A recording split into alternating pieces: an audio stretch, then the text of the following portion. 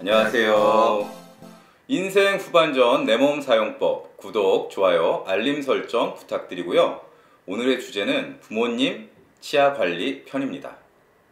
선생님 오늘 특별히 이 주제를 선택하신 이유가 있을까요? 대부분 부모님들이 연세가 있으시고 치아 관리를 잘 해서 씹는 데나 여러 가지 생활하는 데 불편한 점이 없어야 될 시기인데 이 부분에 대해서 좀 한번 짚어드리려고 오늘 내용을 준비해 봤습니다. 네, 저희가 이제 임플란트까지 해봤는데 네. 정말 부모님들 임플란트나 틀니 이런 걱정이 좀 됐었거든요. 그래서 오늘 주제에 정말 관심이 많습니다. 네. 그런데 이제 부모님들 같은 경우는 이제 연세가 들면서 건강 문제가 특히 이제 관심사잖아요. 네. 뭐 어디 아프신 데가 한두 군데가 아니시겠지만 특히 치아가 안 좋으면 네. 뭐 먹기도 불편하고 네. 뭐 통증도 심하고 이러시니까 참 걱정이 많거든요. 저희 부모님 연령대에서 특히 조심해야 될 부분 또는 이제 주의해야 될 것, 뭐 중요한 내용이 어떤 게 있을까요? 네. 보통 치아가 한두 개씩 나빠지기 시작하면 옆에 치아들이 힘을 다 떠받게 되거든요. 그러면 옆에 치아들 또한 나빠질 가능성이 높게 됩니다. 그렇게 돼서 치아가 한두 개씩 처음에 나빠졌던 것이 점차로 범위가 커져서 전반적으로 나빠지기 시작하거든요. 그렇게 돼서 그 부위가 커지게 되면 결국은 씹는데 굉장한 장애가 발생하게 됩니다.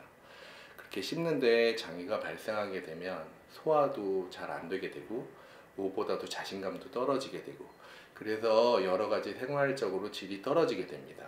네, 치아를 이제 해 넣으시는 경우에 네. 임플란트도 있지만 이제 아까 말씀하셨듯이 도미노처럼 이제 옆에 이빨로 가게 맞습니다. 되면 틀니를 하시게 되는 경우가 많지 않나요? 맞습니다.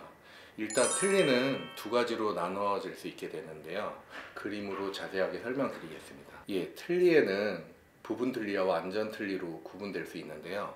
부분 틀니는 모든 치아가 빠지지 않은 상태에서 남아있는 치아를 이용해서 틀니를 거는 형식으로 틀니를 만들게 되는 걸 부분 틀니라고 하는 것이고요. 그 남아있는 치아가 결국은 또 더 나빠지게 돼서 뽑게 되는 경우들이 발생하게 되거든요. 네. 그렇게 됐을 때 치아가 모두 빠졌을 때 하는 틀니를 완전 틀니라고 보시면 될 것 같습니다. 그래서 부분 틀니 그림을 앞에서 보시면요. 일단 틀니 옆으로 고리 같은 것들이 나와 있습니다. 그래서 치아에 그 고리가 연결돼서 떨어지지 않도록 잡아주는 역할을 하게 되는 것이죠. 그래서 틀니가 유지가 잘 될 수 있도록 하는 것이고 결국은 근데 그 치아를 자꾸 흔드는 격이 되니까 그 남아있는 치아도 결국은 나빠지는 쪽으로 될 가능성이 높습니다. 그렇게 돼서 치아가 빠지게 되면 완전 틀니로 가게 되는데 완전 틀니 모습은 굉장히 크죠 일단. 그렇네요. 그래서 입안에 사실 좁쌀 같은 작은 거가 들어와도 이물감을 느끼는데 저렇게 큰 것이 입안에 들어와서 잘 유지가 될 수 있을까 여러 가지 의구심이 들죠. 근데 완전 틀니는 잡아주는 게 없어서 그냥 떨어질 수 있는 상황입니다. 그래서 이 틀니를 잡아주는 역할을 하는 것은 특별히 없어서 타액이 표면 장력에 의해서 유지되는 그런 형태의 구조를 띠게 되는 것이죠. 그러니까 보통은 틀니가 떨어지는데 쩍 하고 달라붙는 그런 힘에 의해서 유지가 되는 것입니다. 근데 그림에서 보듯이 왼쪽에 틀니가 위턱의 상악 틀니고요. 오른쪽이 하악의 틀니인데 상악 틀니는 표면적이 넓어서 쩍 하고 달라붙을 수 있는 힘이 세지만 아래 틀니 같은 경우는 넓지 않아서 떨어지기가 되게 쉽습니다. 또한 혀의 움직임 때문에 틀니가 여러 가지 안정적으로 위치시키게 되는데 장애를 받게 되거든요. 그래서 또한 불편하고 아래는 잇몸이 얇아서 틀니를 끼고 있으면은 잇몸이 눌려서 통증을 야기하게 됩니다. 그렇게 되면 아래 틀니 같은 경우는 사실은 씹는데 굉장히 많은 불편함을 느끼게 되는 거죠. 제가 이제 선생님 설명 듣기 전에는 위틀니가 좀 떨어지지 않을까 이 중력 때문에 맞습니다. 그렇게 생각을 했었는데 그게 아니네요. 네, 보통 윗니가 더 탈락이 많이 될 거라고 생각하지만 네. 실제는 반대입니다. 중력은 중요한 역할을 하지 못하고요. 표면 장력 때문에 붙어있는 힘, 그것이 네. 틀니를 유지할 수 있는 힘인데, 위에 같은 경우는 표면적이 넓어서 잘 안 떨어지게 되지만 아래는 혀에 의해서 여러 가지 운동 때문에 불완전한 상태에 놓이게 되는 겁니다. 네, 딱 보니까 이제 위에는 이제 입천장하고 딱 붙어가지고 네, 맞습니다. 딱 붙을 것 같은데 네, 그 아래 틀니는 이제 가운데가 비어 있으니까 네, 네, 이제 선생님 말씀 딱 듣고 이해가 됩니다. 네, 네, 틀니 설명은 잘 들었는데요. 또 요새 임플란트 시술이 굉장히 보편화가 돼서 네. 틀니를 하지 않고 임플란트를 하는 건 어떨까 이런 네. 생각도 드는데 어떻습니까? 네. 많은 치아가 탈락이 됐을 경우 보통 틀니로 치료를 예전에는 받았었지만, 지금은 그 임플란트로 틀니를 대체할 수 있는 치료도 많이 시행되고 있습니다. 네. 그래서 틀니는 보통 자기 치아에 비해서 기능이 20-30% 정도밖에 되지 않거든요. 내 치아가 기능을 10개를 할 수 있었던 거면 틀니는 보통 2-3개밖에 기능을 못하는 정도로 기능이 떨어지게 되거든요. 그거에 비해서 임플란트는 자기 치아의 7-80% 정도의 기능을 갖고 있습니다. 그래서 요즘은 경제적으로 부담이 없는 경우는 틀니 치료를 하지 않고 임플란트 치료로 하게 되는 경우가 많습니다. 근데 임플란트를 심게 되면 여러 개를 심어야 되기 때문에 경제적 부담이 작지 않거든요. 그래서 그 부분들을 틀니로 갈 건지 임플란트로 갈 건지 신중하게 결정하셔서 판단을 해야 됩니다. 네, 아무래도 이제 기능적인 면에서는 임플란트가 좋지만 네, 가격적인 부분까지 생각을 하면 네, 환자분이 고민을 하셔야 된다. 네, 지금 선생님께서 기능적인 면에서 이제 틀니와 임플란트 비교를 해주셨는데 네, 또 한편으로는 이제 건강보험에서 어떻게 서로 다른지 네. 뭐 가격적인 면 이런 것도 좀 궁금하거든요. 예, 다행히 틀니가 만 65세 넘는 분들에 대해서는 건강보험에 적용을 받을 수 있게 되었거든요. 그래서 건강보험에 적용을 받게 되면 틀니가 총 진료비의 30%만 비용 지불을 하면 보험으로 진료를 받을 수 있습니다. 예전에는 보험이 안 됐을 경우는 틀니도 비용이 적지 않았었거든요. 그렇죠. 그거에 비해서 지금은 30% 본인 부담금만 내면 진료를 받을 수 있기 때문에, 예를 들면 틀니가 100만 원이다. 그래서 예전에 100만 원을 지불했었던 거라면 지금은 30만 원 정도만 내는 거라 환자분들의 부담이 많이 낮아졌다고 볼 수 있겠습니다. 그렇네요. 이제 65세 이상이면 네. 본인 부담금 30%니까 네. 굉장히 저렴해진 치료를 받을 수 있는 네. 거네요. 근데 예를 들어서 내가 65세가 조금 안 됐는데 틀니를 하고 싶다 그러면 만 65세에 건강보험에 적용을 받아서 틀니를 보험으로 받을 수 있다는 것을 염두해서 치료 계획을 세우는 것도 되게 중요하다고 볼 수 있겠습니다. 네, 그렇겠네요. 아주 시급하지 않으면 그 전까지 좀 맞습니다. 관리를 하시다가 네. 보험 적용될 때 틀니 치료를 하는 것으로 네. 계획을 세우실 수 있겠습니다. 예를 들면 기존에 틀니를 사용하고 계셨던 분들이 만 65세가 되는데 보험 적용을 받아서 틀니를 재제작을 하면 훨씬 더 비용을 절감할 수 있겠죠. 아, 그렇겠네요. 근데 이제 그러면은 65세 이후에 이제 하셨는데 네. 쓰시다가 또 이제 틀니를 고쳐야 된다든지 네. 다시 하셔야 된다. 그럼 예. 그때는 어떻게 되나요? 그런 부분들도 건강보험에 적용을 받을 수 있는데요.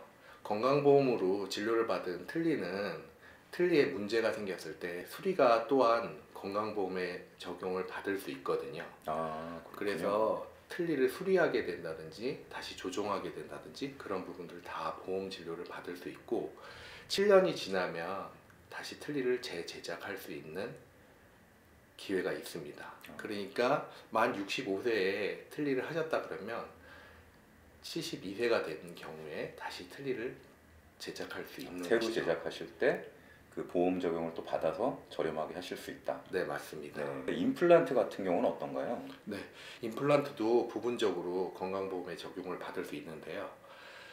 임플란트도 만 65세가 되어야지만 건강보험에 적용을 받을 수 있습니다.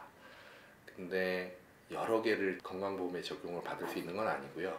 네. 평생 2개까지만 딱 두 개요? 네. 2개까지만 건강보험의 혜택을 받을 수 있습니다. 네. 그래서 임플란트를 여러 개 심어야 될 경우들이 생길 수 있는데요. 그 2개까지가 보험 적용을 받을 수 있으니까 임플란트를 아주 효율적이고 중요한 자리에다가 적절하게 식립하는 계획을 세워서 치료하는 것도 되게 중요하다고 볼 수 있겠습니다. 계획을 잘 잡아야겠네요. 예를 들어 치아가 남아있는 경우 부분 틀니를 해야 되는 경우들이 있을 수 있잖아요. 그렇죠. 근데 그걸 부분 틀니로 하지 말고 적절한 곳에 2개의 임플란트를 심어서 연결을 하는 치료, 지난번에 얘기했지만 브릿지라는 치료를 하게 되면 틀니를 안 껴도 되게 될 수 있는 상황이 될 수 있거든요. 네. 그렇게 되면 틀니 끼는 것보다 임플란트로 치료를 받게 되면 내 치아처럼 사용할 수 있게 됩니다. 그렇게 되면 훨씬 더 좋은 치료가 되는 것이죠. 네. 기능적으로 이제 임플란트가 70%, 80% 성능을 낸다고 하셨으니까 그렇겠네요. 맞습니다. 그래서 종합적으로 잘 치료를 결정해서 환자들이 잘 쓸 수 있는 틀니가 무조건 좋은 건 아닙니다. 그러면 부분 네. 틀니를 하는 것보다는 임플란트를 하는 게 좋다. 네, 맞습니다. 이렇게 말씀하셨는데 네. 전체 틀니를 해야 되는 상황에서도 네. 틀니 대신 임플란트를 선택할 수 있나요? 네. 그러니까 완전 틀니를 해야 되는 경우도 임플란트로 치료가 가능하긴 한데요. 임플란트를 아무래도 많이 심어야 되겠죠. 비용이 좀 어마어마하게 커지겠네요. 네, 맞습니다. 그래서 임플란트를 몇 개 심느냐가 또한 되게 중요한 문제가 되는데요. 임플란트를 여러 개 심는 것보다는 중요한 자리에다가 굵고 긴 거를 식립하게 되면 여러 개 심은 효과를 또한 낼 수 있거든요. 네, 지난번에 임플란트 편 할 때 그런 설명 해주셨죠. 네. 그래서 위에 같은 경우는 6개에서 8개 정도 임플란트를 심으면 전체 치아를 다 수복할 수 있고요. 아래 같은 경우는 6개 정도만 심어서 브릿지 치료를 하게 되면 모든 치아를 수복할 수 있게 됩니다. 네, 근데 선생님 말씀 들으니까 기능적으로는 그런 선택을 하고 싶은데 네, 보험 적용이 딱 2개만 되니까 이거는 환자들 네, 부담이 크겠어요. 맞습니다. 그래서 임플란트 보험 적용 개수를 좀 더 늘려야 된다고 하는 치과계뿐만 아니라 환자분들의 요구가 많은 상황입니다. 네, 많을 수밖에 없을 것 같습니다. 네, 앞으로 임플란트가 건강보험 적용을 보다 많이 받게 되기를 간절히 바라고 있습니다. 이제 100세 시대라고 하는데 네, 이를 쓰는 기간이 더 늘어나는 거잖아요. 맞습니다. 그럼 거기에 따라서 임플란트 보험 적용 개수도 네, 조금 늘어났으면 좋겠다. 네, 네, 이런 생각이 듭니다. 네, 선생님 이제 부모님들 치아 관리에서 중요한 거 틀니 임플란트 설명은 이제 굉장히 잘 들었는데요. 네. 또 자녀분들이 또 부모님들 치아 관리하는 데 있어서 꼭 알아야 될 사항이라든지 네, 신경 써야 될 부분은 뭐가 있을까요? 네. 부모님들의 치아 상태에 대해서 아주 기본적인 거는 알아두고 계셔야 됩니다. 예를 들어서 부모님이 틀니를 하고 계신지 아니면 씹는 게 적절하게 되고 있는지 그 2가지 정도는 알고 계셔야 됩니다. 그래서 틀니를 끼고 계신 경우들은 틀니를 다시 하게 되는 경우가 생길 수 있잖아요. 그때 그렇죠. 병원을 꼭 같이 가셔서 틀니 하는 상황이 어떤지 그리고 건강보험의 적용을 받을 수 있는지 없는지 이런 부분들을 꼼꼼하게 같이 확인하는 작업이 필요합니다. 그러니까 부모님이 다니는 병원이 있을 거잖아요. 그렇죠. 그래서 평상시 기본적인 진료를 할 때 같이 가실 필요는 없지만 일을 다시 해야 된다거나 아니면 임플란트를 여러 개 해야 된다거나 이런 경우일 때는 자식분들이 병원에 동행하셔서 의사 선생님의 설명을 듣고 그리고 부모님의 의견도 같이 종합해서 치료를 결정하는 게 중요하다고 볼 수 있겠습니다. 네, 선생님 말씀 듣고 나니까 저도 네. 오늘 부모님께 전화를 드려서 아, 치아가 맞습니다. 불편하시진 않은지 맞습니다. 뭐 이런 걸 좀 여쭤봐야겠다 이런 생각이 드네요.